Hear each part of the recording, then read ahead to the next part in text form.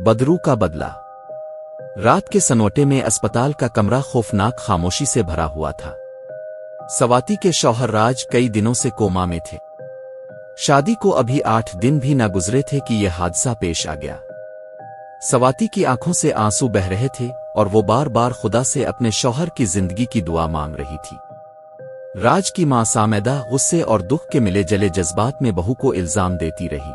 میں نے کہا تھا گاؤں مت جاؤ، یہ سب تیری ضد کی سزا ہے۔ سواتی خاموش رہی مگر دل میں ٹوٹتی رہی۔ چند دن پہلے جس گھر میں خوشیاں گونج رہی تھیں وہاں اب صرف رونے کی آواز تھی۔ سامیدہ رات بھر کروٹیں بدلتی رہی۔ جب برداشت نہ ہوا تو وہ مندر جا کر پھوٹ پھوٹ کر رو دیں۔ ان کی زبان سے بس ایک ہی سوال نکل رہا تھا، خدا، میرے بیٹے نے کیا قصور کیا ہے؟ انہی لمحوں میں انہوں نے محسوس کیا کہ کوئی سایہ ان کے پیچھے کھڑا ہے۔ پلٹ کر دیکھا تو دور کالی پرچھائی آہستہ آہستہ غائب ہو گئی۔ اگلی ہی رات وہی سایہ پھر نظر آیا، اس بار حویلی کی بالکونی میں۔ جیسے ہی آنکھ ملی وہ پرچھائی چھلانگ لگا کر غائب ہو گئی۔ سامیدہ کا بدن کانپ اٹھا۔ ادھر سواتی کو ڈراؤنے خواب آنے لگے۔ خواب میں ایک خوفناک عورت کی روح لمبے ناخن اور خالی آنکھوں کے ساتھ اس کے پیچھے دوڑتی تھی۔ سواتی چیختی تو آواز اس کے گلے میں دب جاتی۔ خواب سے جاگ کر اس نے سامیدہ کو سب بتایا۔ سامیدہ نے لرزتی آواز میں کہا، ہاں، میں نے بھی اسے دیکھا تھا، اور یہ پہلی بار نہیں۔ 25 سال پہلے بھی یہی سایہ ہمارے پیچھے آیا تھا۔ سامیدہ کو ماضی یاد آیا۔ وہ رات جب تیز بارش میں گاڑی نے ایک حاملہ عورت کو ٹکر مار دی تھی۔ وہ عورت وہیں سڑک پر تڑپ کر مر گئی اور اس کا بچہ بھی۔ تب سے اس کی بدرو حویلی کے آس پاس منڈلاتی رہی۔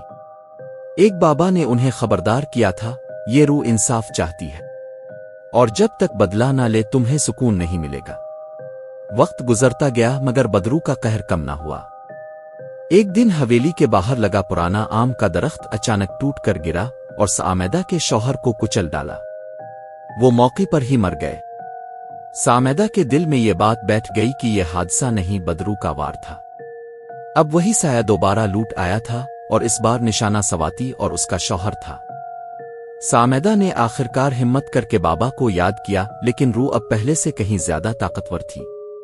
ادھر سواتی نے ہمت کر کے اس بدرو سے مخاطب ہونے کی کوشش کی۔ اس نے روتے ہوئے کہا، ہم نے تمہیں کبھی نقصان نہیں پہنچانا چاہا۔ اگر تم ہمارے شوہر کو بچا لو تو ہم تمہارے لیے رسومات کریں گے، تمہیں سکون دیں گے۔ اس لمحے جیسے ہوا رک گئی۔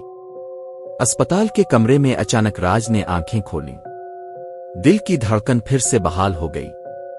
سواتی نے اللہ کا شکر ادا کیا اور سامیدہ حیرانی میں ڈوب گئی۔ کچھ دن بعد دونوں نے مل کر اس بدرو کے لیے پوجا اور رسومات ادا کیں۔ بابا نے بھی ان کی مدد کی تاکہ روح کو نجات مل سکے۔ آہستہ آہستہ وہ سایہ غائب ہو گیا اور سکون لوٹ آیا، لیکن سامیدہ کے دل میں ایک گہرا زخم باقی رہا۔ وہ ہمیشہ سوچتی رہیں کہ اگر اس دن انہوں نے اپنی ضد چھوڑ کر اس حاملہ عورت کو اسپتال پہنچا دیا ہوتا تو شاید یہ سب کچھ کبھی نہ ہوتا۔